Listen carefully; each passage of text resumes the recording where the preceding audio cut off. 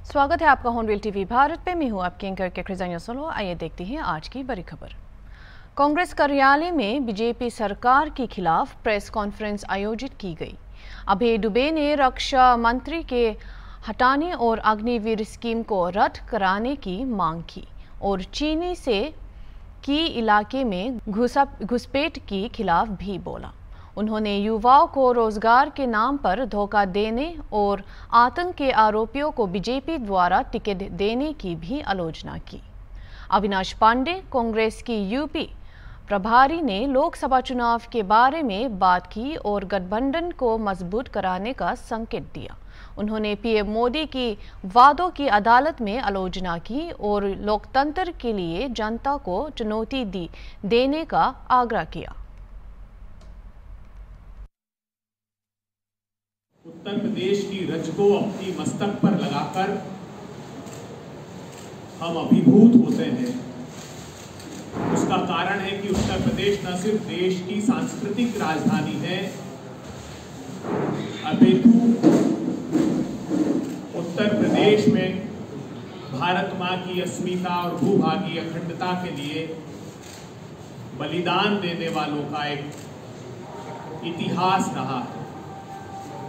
उत्तर प्रदेश उन गौरवशाली प्रांतों में से है जिसके वीरों ने न सिर्फ भारत मां की स्वतंत्रता आजादी के पहले सुनिश्चित की, अपितु आजादी के बाद भी अपने प्राणों को आहूत करके भारत मां की भूभागीय अखंडता और अस्मिता को सुरक्षित रखा। और उसका सबसे बड़ा दायित्व उत्तर प्रदेश पर है। इसलिए मैं कहता हूं कि लखनऊ की जनता ने ये दायित्व अपने कांधे पर लिया था कि वो देश की भूभागीय अखंडता को सुरक्षित रखेंगे। मैं ये इसलिए कहता हूं कि यहाँ से उन्होंने अपने प्रतिनिधि के रूप में देश के रक्षा मंत्री को चुनकर भेजा।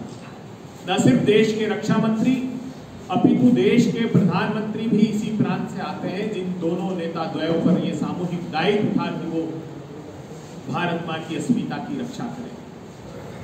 मगर आज अब ये कहना चाहते हैं पूरी जिम्मेदारी के साथ कि रक्षा मंत्री को हटाइए, रक्षा मंत्री को हराइए और अग्निवीर से मुक्ति पाइए। आज हम पूरी जिम्मेदारी के साथ ये बात कहना चाहते हैं कि भारत मां की अस्मिता को जिसने दिया धोखा, उस मोदी सरकार को क्यों दे देश फिर एक मौका। आज है कि सरकार आने के बाद जो सबसे पहला निर्णय लेंगे वो इस स्कीम को खत्म कर देंगे। एक आखिरी कुठाराघात और किया गया। आखिरी कुठाराघात ये किया गया कि 31 मई 2022 के पहले 1.5 लाख युवाओं को सेना में भर्ती किया गया। उनका फिटनेस से लेकर सारी चीजें, उनकी परीक्षा से लेकर सब कुछ कंप्लीट कर लिया गया। 31 मई 2022 को सेना की वेबसाइट पर उनके नाम डाले। उस परीक्षा के लिए 30 लाख से अधिक युवाओं ने पार्टिसिपेट किया था, जिनसे उनके फॉर्म की फीस के नाम पर 100 करोड़ रुपए से अधिक वसूले गए। 31 मई 2022 के बाद उनको भारतीय जनता पार्टी की सरकार ने धोखा दिया और दर बदर भटकने के लिए मजबूर कर दिया। आज भी वो नौजवान दर बदर की ठोकरें खा रहे हैं, मगर वो सेना का हिस्सा नहीं है, क्योंकि ये अग्निपथ योजना लेकर आए थे, अग्निवीरों की भर्ती कर रहे हैं। देश की जनता को अच्छे दिनों का सपना दिखाकर, चाहे वो 2 करोड़ नौकरियां प्रतिवर्ष हो, चाहे 15 लाख रुपए प्रत्येक खातेदार के खाते में जमा करने की बात हो, चाहे धन जन योजना के तहत हजारों करोड़ रुपए इस देश की गरीब जनता से वसूले और बैंक में जमा कराए गए, या फिर नोटबंदी के तहत इस देश में की जो सबसे बड़ी ताकत थी उसे लोगों को भ्रमित कर विश्व का सबसे बड़ा स्कैंडल जो माना गया है, जिसे कहते हुए देश को आश्वस्त किया था कि इस देश में ना ही आतंकवाद खत्म हो जाएगा, गरीबी खत्म हो जाएगी, इस देश के कीमतें कम हो जाएगी, भाव कम हो जाएंगे, हर मोर्चे पर पूरी तरह से विफल होकर, और जब इस चीजों का प्रश्न विपक्ष और विशेष रूप से माननीय राहुल गांधी जी उनसे जो बार बार पूछ रहे हैं, तो इस देश की जनता इस देश को देखकर आश्चर्यचकित है कि माननीय मोदी जी उन प्रश्नों का जवाब देने के बदले इस देश को फिर एक बार हिंदू, मुस्लिम, सिख, ईसाई, मंदिर, मस्जिद, गुरुद्वारा इसमें ही बांट कर रखना चाहती है। लेकिन अब इस देश की जनता वास्तविक उन प्रश्नों पर उनका जवाब चाहती है, और ये प्रश्न का उत्तर ना पाके उनके असली चेहरे को पहचान कर, जहाँ पर चाहे राजनीतिक फंडिंग हो, चाहे इस देश में चल रहा चंद परिवारों के लिए पूरे देश की संपदा, भूतल, तल और आकाश, सब जितनी भी संपदा है जो दोनों हाथों से लूट कर कुछ चंद व्यापारी घरानों को बांटी जा रही है, उन सब का एहसास इस देश की जनता को भली भांति है। इन सब का नतीजा साथियों, इस देश की जनता को जो सबसे बड़ा खतरनाक है वो इस देश के संविधान को बदलने की जो बात है, जिस संविधान को डॉक्टर बाबा साहब आम्बेडकर ने और देश के सभी शीर्ष बुद्धिजीवियों ने मिलकर एक सुंदर, बेहतर, विश्व का सबसे लोकप्रिय संविधान के रूप में पेश किया, जिस विश्व के सबसे बड़े लोकतंत्र की, जिसकी हम पूरी दुनिया जिसकी गाथा गाती है, वह लोकतंत्र आज खतरे में है। हमारे देश का भाईचारा इन वर्षों में कमजोर हुआ है, और एक मजबूत भाईचारे के लिए, इस देश के संविधान को बचाने के लिए, इस देश के में लोकतंत्र लाने के लिए, इस देश को बचाने के लिए देश की जनता ये चुनाव लड़ रही है, और गठबंधन इस देश की जनता के साथ में है। हमें पूरा विश्वास है कि आने वाली 4 जून दिल्ली में एक मजबूत गठबंधन की सरकार बनकर माननीय मोदी जी की भारतीय जनता पार्टी की सरकार उखाड़ कर फेंक दी जाएगी। इन्हीं शब्दों के साथ अपने शब्दों को विराम देता हूँ और आपके कोई प्रश्नों को उत्तर। साल 2020 की जून में अतुल खारे की गला रेत कर हत्या कर दी गई थी। उनके शरीर पर आटा भी भर दिया गया था। इतना ही नहीं, उनकी शरीर बुरे तरह से जलाया दिया गया था। इस मामले में ताज़ा अपडेट के मुताबिक लखनऊ की सेशन कोर्ट ने अयोध्या की अतुल खारे हत्याकांड में चारों आरोपियों को बाइज्जत बरी कर दिया है। इस फैसले के बाद मृतक अतुल खारे का पूरा परिवार चिंतित है और उनकी बेटियां न्याय की उम्मीद कर रही है। पीड़ित पक्ष के वकीलों ने इस फैसले के खिलाफ हाईकोर्ट में अपील कराने की मंशा जताई है। अतुल खारे की बेटी की एक वीडियो जहां वो अपने बाप की हत्या के बारे में अपील करते हुए अपने परिवार की सुरक्षा के लिए चिंतित दिखाती है। अभी देखिए। मैं पूर्णा खरे, अतुल खरे की बेटी हूँ। अतुल खरे वही अतुल खरे जिनकी हत्या 2 जून 2020 को कर दी गई थी। उनकी हत्या, मेरे पिता कुछ इस तरह से दिखते थे, लेकिन हत्या के बाद हमें वह इस तरह से मिले। 2 जून 2020 को अयोध्या में पुलिस द्वारा मेरे पिता की हत्या के आरोप में 5 लोगों को गिरफ्तार किया गया। 10 मई 2024 तक हमने उन आरोपियों को सज़ा दिलाने के लिए अत्यंत मेहनत की, पर हमारी मेहनत सत्र न्यायालय ने एक बार में नाकाम कर दी। सत्र न्यायालय ने यह कहते हुए कि संदेह का लाभ देते हुए उनको दोष मुक्त सिद्ध कर दिया। हम हाई कोर्ट में अपील करने की सोच रहे हैं, हाई कोर्ट में अपील करने जा रहे हैं, परंतु सत्र न्यायालय के फैसले से बिल्कुल भी खुश नहीं है। यह कैसा फैसला था कि इतने जघन्य मामले में भी आरोपियों को बाहर छोड़ दिया गया। हमें अब उनसे क्या डर नहीं है? क्या अपील करने में, क्या आगे बढ़ने में हमें खौफ नहीं आएगा? जो मेरे पिता का ये हाल कर सकते हैं, क्या वे हमारा कुछ नहीं कर सकते? मुझे समझ में नहीं आ रहा है। जिस मामले में हाई कोर्ट ने पूरे 4 सालों में एक बार भी एक ज़मानत अर्जी को भी स्वीकार नहीं किया हो, उस मामले में सत्र न्यायालय इतना बड़ा फैसला कैसे ले सकती है? कुछ इस तरह से हमें वो मिले थे। मेरी आप सबसे गुजारिश है, हमारा साथ दीजिए। हम बहुत परेशान हैं। बहुत लंबी न्याय की लड़ाई करने के बावजूद भी हम सत्र न्यायालय की तरफ से नाकाम हो गए हैं। कृपया हमारा साथ दीजिए। हमें इस न्याय की लड़ाई में आगे बढ़ने के लिए हिम्मत और आप सबके साथ की ज़रूरत है। हमारा साथ दीजिए। जैसे कि आपने देखा कि मृतक के परिवार को अब उन अभियुक्तों से अपनी सुरक्षा की चिंता भी है। अतुल खारे की हत्या के मामले में ताबदाल की भावना है, जिसमें उन्हें गला रेत कर हत्या की गई थी और उनका शव आटे से भरा गया था। बाद में उनके शरीर को जलाकर खत्म किया गया था। मुख्यमंत्री योगी आदित्यनाथ ने केसरगंज लोकसभा क्षेत्र के पयागपुर विधानसभा में भाजपा प्रत्याशी करण भूषण सिंह से समर्थन में आयोजित जनसभा में शामिल हुए। उन्होंने विपक्ष को आधे हाथों लिया और कहा कि जब वह सत्ता में थे तो सपा के लोग राम भक्तों पर गोली चलाते थे। उन्होंने सवाल उठाया कि सपा के लोग कहते हैं कि राम मंदिर का निर्माण बेकार हुआ है, लेकिन बेकार तो लोग हैं, समाज पर बोझ है, बोला योगी आदित्यनाथ ने। कि जो काम भारत के अंदर अयोध्या में हुआ, दुनिया के अंदर कहीं नहीं हो सकता, कहीं नहीं हो सकता। 500 वर्षों के बाद ये कांग्रेस और समाजवादी पार्टी के लोग तो ये मानते थे कि अयोध्या में राम मंदिर कभी नहीं बन पाएगा, इसलिए बहकाने के लिए क्या कहते थे, सपा के लोग क्या कहते थे, कहते थे कि परिंदा भी पर नहीं मार सकता, बोलते थे ना। ये राम भक्तों पर गोली चलाते थे ना, चलाते थे कि नहीं चलाते थे। और कांग्रेस के लोग क्या कहते थे, कहते थे राम तो हुए ही नहीं। क्या कहते थे, राम हुए ही नहीं। राम के अस्तित्व पर ही प्रश्न खड़ा कर दिया था कांग्रेस ने। यानी राम के अस्तित्व पर प्रश्न खड़ा करने का मतलब हम और आप सबके अस्तित्व पर प्रश्न खड़ा कर देना। और इन लोगों के द्वारा आज भी यही बयान दिए जा रहे हैं। कांग्रेस के एक बुद्धिदाता हैं, उनके द्वारा कहा जा रहा है कि राम यानी अयोध्या में राम, भारत के अंदर राम मंदिर का निर्माण भारत के विपरीत हुआ है। आप मुझे बताओ, और राम मंदिर का समर्थन करते हैं कि नहीं करते हैं? करते हैं ना। हर भारतवासी करता है ना, हर सनातन धर्मावलंबी खुश है ना इस बात को लेकर के।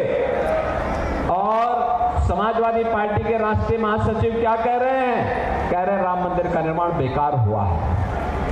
अरे बेकार तो आप लोग हैं, बोझा हैं समाज के लिए। जब सत्ता में आने का अवसर प्राप्त हुआ, जब सत्ता में आने का अवसर प्राप्त हुआ तो राम भक्तों पर गोली चलाते हैं। जब सत्ता पे अवसर हुआ तो गरीबों को लूटते हैं। बेटी और व्यापारी की सुरक्षा के लिए इन लोगों ने उस समय समस्या खड़ी की थी, और आज कहते हैं कि राम मंदिर बेकार बना है।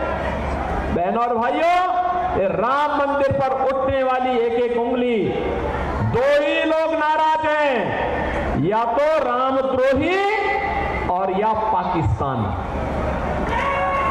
समझ रहे होंगे ना, जो रामद्रोही है या पाकिस्तान, इन्हीं दोनों लोगों को राम मंदिर से बुरा लगा है। और बाकी पूरा हिंदुस्तान कह रहा है कि जो राम को लाए हैं हम उनको निहाएंगे। और बहनों और भाइयों, मैं इसीलिए आया हूं, मैं पूछना चाहता हूं, क्या समाजवादी पार्टी, कांग्रेस और बहुजन समाजवादी पार्टी के लोग क्या महाराज सुहेल देव के उस भव्य स्मारक पर कभी पुष्पांजलि करने के लिए जाएंगे क्या? ये लोग नहीं जा सकते, नहीं जा सकते। ये दरगाह में तो जाएंगे, लेकिन महाराज सुहेल देव के विजय स्मारक पर नहीं जाएंगे, क्योंकि इनको भय है कि अगर वहां जाएंगे तो कहीं मुस्लिम वोट न खिसक जाए। यही भय है ना। और जब यही भय है तो भैया ठीक है, तुम वहीं कर ले लो, वहीं जाओ ना, फिर क्यों हमारे पास आ रहे हो? मोदी जी के नेतृत्व में आज भारत दुनिया के अंदर सम्मान प्राप्त कर रहा है। ग्रामीण नेताओं पर कोरे वादे कराने और गाना गाकर चले जाने का आरोप लगाते हुए नदी तट पर बना पीपल पुल पर पिछले कई वर्षों में कई दुर्घटना हो चुकी है। फिर भी ग्रामीण निवासियों की कंक्रीट पुल की मांग 25 वर्षों से अधूरे है। एक पक्के पुल और शमशान घाट की मांग को लेकर उत्तर प्रदेश के कुशीनगर में ग्रामीणों ने कई बार भूख हड़ताल भी की है। बायरिया घाट से रिपोर्टिंग कराते हुए पत्रकार हरिंदर शर्मा चल रहे मुद्दे पर ध्यान दिलाते हैं। आइए देखते हैं। अच्छा, क्या मामला? हम लोगों ने आरडी खाता जो है खोला था। और कितने दिन पहले खोले थे आप लोग खाता? लगभग 2020-21 में। 2021 में। हाँ। और पूरा होने वाला था हम लोग का। उसी के दौरान वो एजेंट था प्रधानपति का, खुशी आलम नाम था उसका। वही जो है आता था जो जमा करने के लिए पैसा। और वो कटकुइया आपको पोस्ट ऑफिस था वो। अच्छा। एजेंट हम लोगों ने अपने जो है कि बच्चों के लिए, अपने लिए जो भी हो, मतलब जो है दुकान वास्ते जमा करते थे ताकि जो आगे जो है चल कर हम लोग का जो है काम आवे। लेकिन अब बीच में जो है वो लेकर जो है भाग गया। लगभग हमारा 1 लाख रुपया है। आपका पर्सनली अभी 1 लाख रुपया? हाँ, 1 लाख रुपया है। चाचा जी, आपका कितना है लगभग पैसा? 50,000। आपका कितना है लगभग? हमारा लगभग कम से कम 40,000। 40,000। ये बताइए कि जब वो लेके एजेंट आ रहा था और यहाँ से पैसा लेके जा रहा था, तो किस तरीके से वो लेके भाग गया यहाँ से? इतना पैसा कैसे लेके भाग गया वो?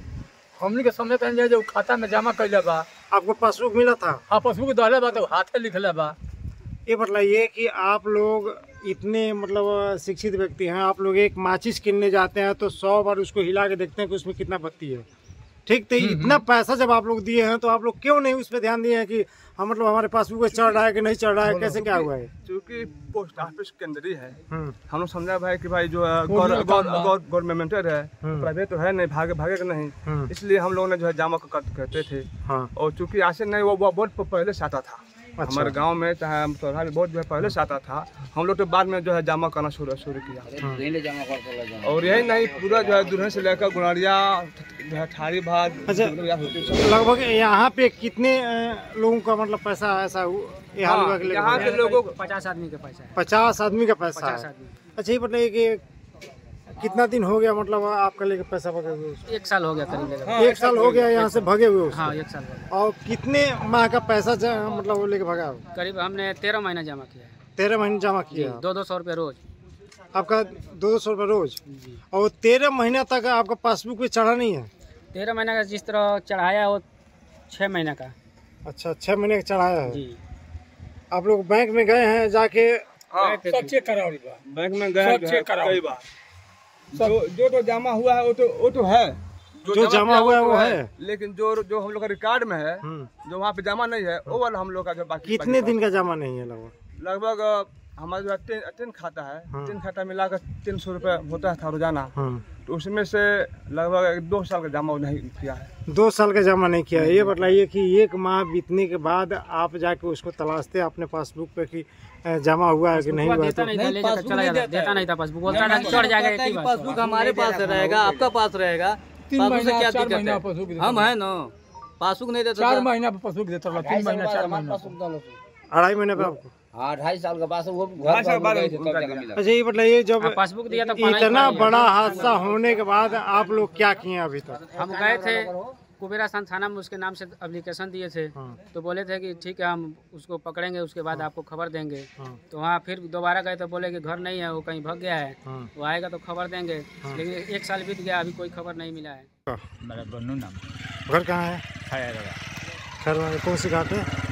खैरवा घाट, जिला कुशीनगर। क्या मामला है कि इतनी जनसंख्या में आप लोग खड़े हैं? हम लोग को हमको पुल चाहिए, शमशान घाट चाहिए। यहाँ पर बहुत गजन हो रहा है। जो भी नेता आते हैं और गाना गाकर ठोक के और सुता के यहाँ के लोग चले जाते हैं, वोट पाते हैं। वोट उसके बाद दोबारा वो अपन चेहरा नहीं दिखाते हैं खैरवा गाँव में। अच्छा। जब वोट का टाइम आता है तभी वो ठोक कर लोगों के सुनाकर चले जाते हैं, वोट ले लेते हैं, चले तो उसके बाद खैरवा में वो मुँह न दिखाने आते हैं। बाकी पैसा लगना कोई घुरपट्टी में श्मशान घाट बनवाए, लेकिन बल्कि यहाँ पर नहीं बना, जो यहाँ पे जरूरी है। बहुत लोग आते हैं यहाँ प्रतिदिन 2-4 लाश जलता है। यहाँ 20 कोस से लाश यहाँ पर यहाँ से गुरुवलिया से, विजयपुर से, दुधही से, ठाड़ी भार से, घुरपट्टी से, मैहरवा से, बड़हरा से, तिलंगो पट्टी से, ये हर जगह, उधर सरगटिया से, उधर से लाश इधर आता है जलाने के लिए।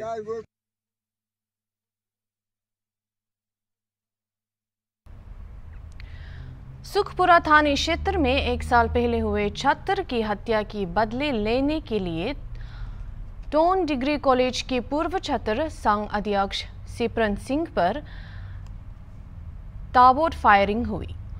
उन्हें गंभीर हालत में वाराणसी भेजा गया और एसपी ने परिजनों की तहरीर पर मुकदमा दर्ज कराने की बात की। इससे पहले सतीश चंद्र कॉलेज के छात्र की हत्या में मुख्य आरोपी सिमरन सिंह थे।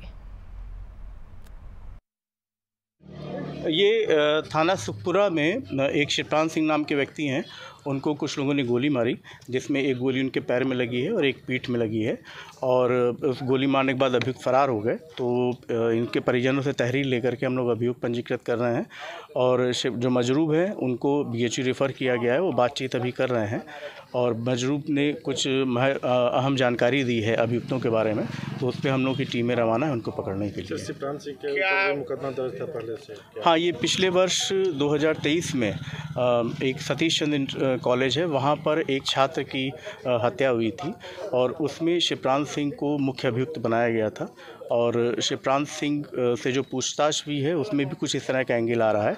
बाकी अभी हम लोग इसमें आगे छानबीन कर रहे हैं, जैसे भी इसमें आगे अपडेट होगी आप लोगों को अवगत कराया जाएगा। कितनी गोली मारी गई है सर? 2 गोली हैं इसमें, एक पैर में लगी है और एक पीठ में लगी है। गोली अभी डॉक्टर से बात हुई है तो किसी वाइटल पार्ट पे नहीं है गोली, वो बातचीत भी कर रहे हैं, लेकिन एहतियातन BHU रेफ़र किया गया है। वहाँ के डॉक्टर से भी हम लोग बातचीत में हैं, तो जल्दी लाएंगे। स्थिति जितनी भी है वो, हाँ, हमलावर बाइक से थे? वो हमलावर उनकी पूछताछ में निकला कि वो बाइक से थे वो, और बाइक से ही संभवतः उन्होंने पीछा किया। बाकी अभी हम लोग और इसमें छानबीन कर रहे हैं, और चीज़ें निकल के आएंगी तो आप लोग अवगत कराएगा। अब ये सारी चीज़ें अभी विवेचना में जब आगे बढ़ेंगी तब आप लोगों को अवगत कराएगा। कंडीशन अभी तक तो ठीक है, बातचीत कर रहे हैं वो, और जो उनमें साथ में पुलिसकर्मी गए एम्बुलेंस में उनसे भी बातचीत हुई है, तो अभी BHU पहुँचेंगे, इनके परिजन भी वहाँ पहुँच रहे हैं और उनका इलाज वहाँ पर शुरू हो गया। अब ये सारी चीज़ें विवेचना के विषय हैं, आपको तब बताया जाएगा। ठीक है। अभी के लिए इतना ही, और खबरों के लिए देखते रहिए हॉर्नबिल TV।